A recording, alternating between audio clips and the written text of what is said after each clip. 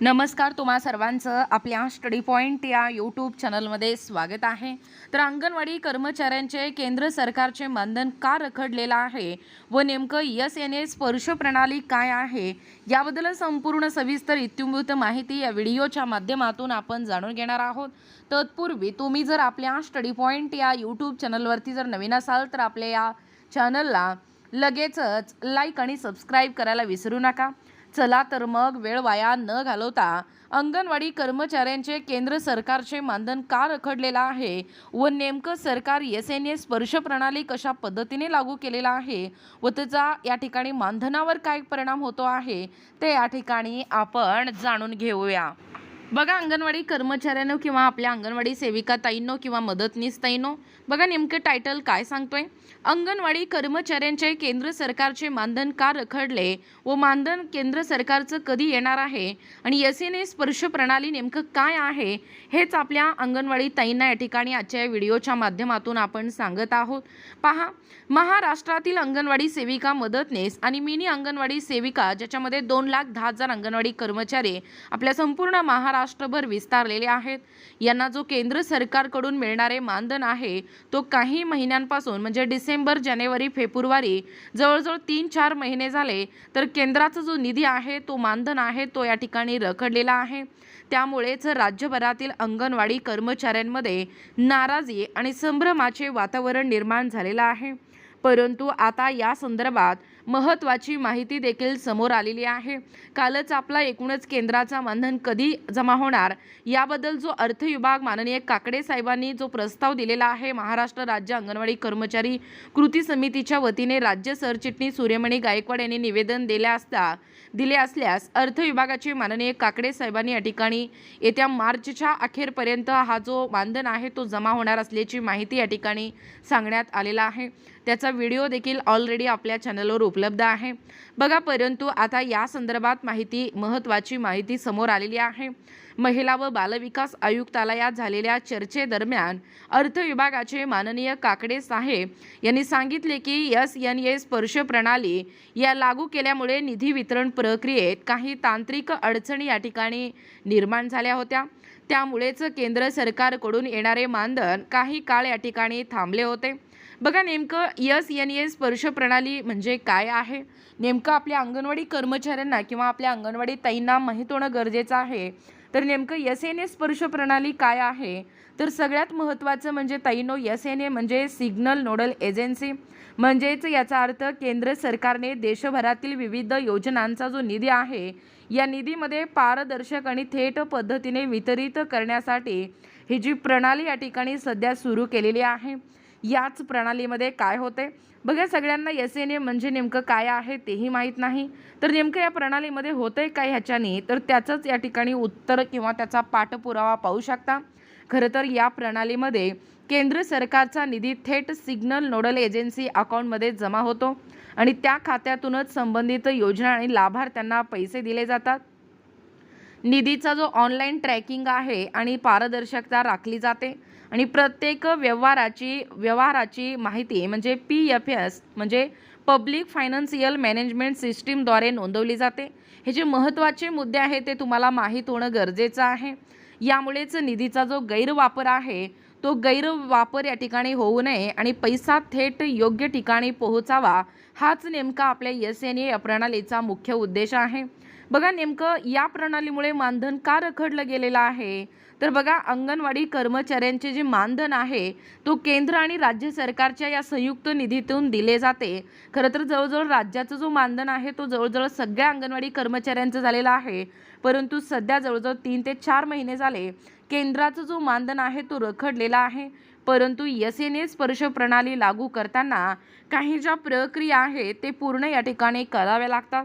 जसे की पहिलं आहे नवीन सिग्नल नोडल एजन्सी खाते तयार करणे, दुसरं आहे PFMS प्रणालीशी खाते जोडणे, तिसरं आहे निधी वितरणाची नवी तांत्रिक प्रक्रिया सुरू करणे आणि चौथं आहे महत्त्वाचे या ठिकाणी खाते तयार करत असताना ज्या काही बाबी आपल्याला कराव्या लागणार आहे ती म्हणजे सर्व जिल्ह्यांची माहिती या प्रणालीमध्ये अपडेट करणे आणि नेमकी हीच प्रक्रिया आता पूर्ण होण्यासाठी काही कालावधी या ठिकाणी लागलेला आहे। त्यामुळेच केंद्र सरकारकडून येणारा जो निधी आहे तो अंगणवाडी ताईंनो तात्पुरत्या या ठिकाणी थांबलेला आहे। त्यामुळे कृपया कुणीही घाबरू नका। बऱ्याच ताईंच्या आपल्याला कमेंट होते, या तुटपुंच्या मानधनावर ताई आपण काम करतोय आणि तेही आपल्याला वेळेवर मिळालं नाही तर आपल्याला खायला भाकरी कसं मिळणार। खरं आहे तुमचं या ठिकाणी कमेंट वाचून मलाही या ठिकाणी वाईट वाटलं।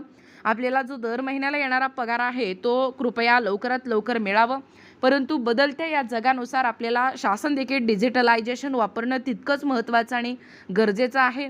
त्यामुळे शासनाला देखील ही जी सर्व अद्ययावत माहिती आहे, जी प्राथमिक माहिती आहे या प्रणालीमध्ये या सिस्टीममध्ये त्यांना देखील अपडेट करणं गरजेचं आहे।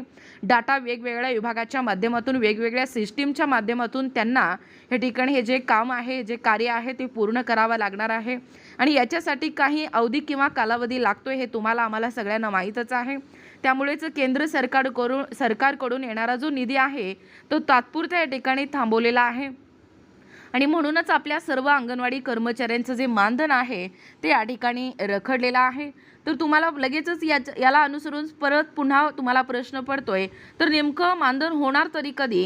तर ताईंनो मार्च अखेरपर्यंत हे मानधन मिळणार आहे अशी माहिती मी न सांगता जे आपले अर्थ विभागाचे माननीय काकडे साहेब आहेत यांनी या ठिकाणी कालच आपल्या महाराष्ट्र राज्य अंगणवाडी कर्मचारी कृती समितीचे जे राज्य सरचिटणीस आहेत अर्थातच माननीय श्री सूर्यमणी गायकवाड यांनी निवेदन दिले असता त्यांना मार्च अखेरपर्यंत मानधन मिळणार असल्याची अपडेट देखील आपले काकडे साहेब यांनी सांगितलेलं आहे। SNA स्पर्श प्रणाली संबंधीची जी तांत्रिक प्रक्रिया आहे ती जवळपास पूर्ण झालेली आहे। त्यामुळे केंद्र सरकारकडून येणारा जो निधी आहे लवकरच या ठिकाणी राज्याला प्राप्त होईल। तसेच त्यांनी स्पष्ट केलेले आहे की मार्च महिन्याच्या अखेरीपर्यंत अंगणवाडी सेविका आणि मदतनीस यांचे केंद्राचे थकीत मानधन वितरित करण्यात येईल। यामुळे राज्यातील हजारो अंगणवाडी कर्मचाऱ्यांना मोठा या ठिकाणी दिलासा मिळण्याची शक्यता आहे।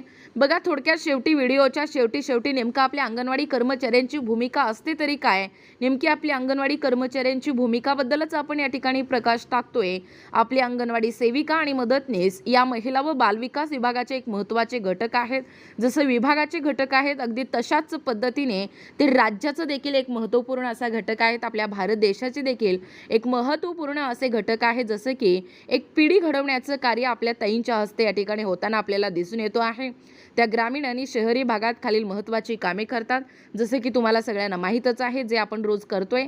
पहिला आहे बालकाचे पोषण आणि आरोग्य तपासणी, दुसरा आहे गर्भवती व स्तनदा मातांची काळजी घेणे, तिसरं आहे लहान मुलांचे जे पूर्व शिक्षण देतोय ते आणि कुपोषणावर नियंत्रण करणे आणि ज्या विविध शासकीय योजना आहेत ते लोकांपर्यंत पोहोचवणे।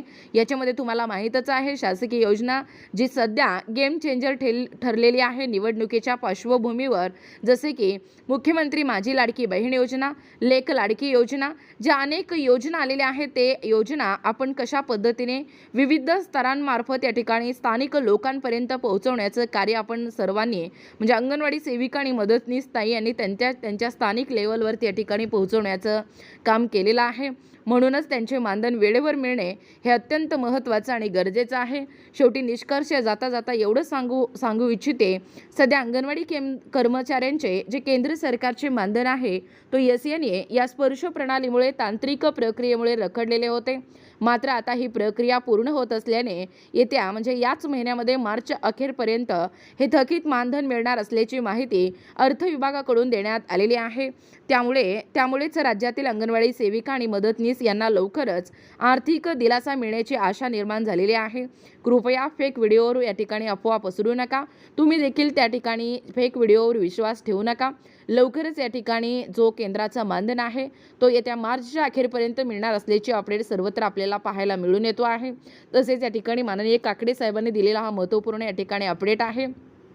जास्तीत जास्त हा व्हिडिओ शेअर करा, जसे की आपल्या अंगणवाडी कर्मचाऱ्यांना SNA ही स्पर्श प्रणाली काय आहे आणि याच प्रणालीमुळे आपला जो केंद्राचा मानधन आहे तो रखडलेला आहे, नेमके याचीबद्दल संपूर्ण सविस्तर माहिती या व्हिडिओच्या माध्यमातून जाणून घेण्याचा प्रयत्न केलेला आहोत।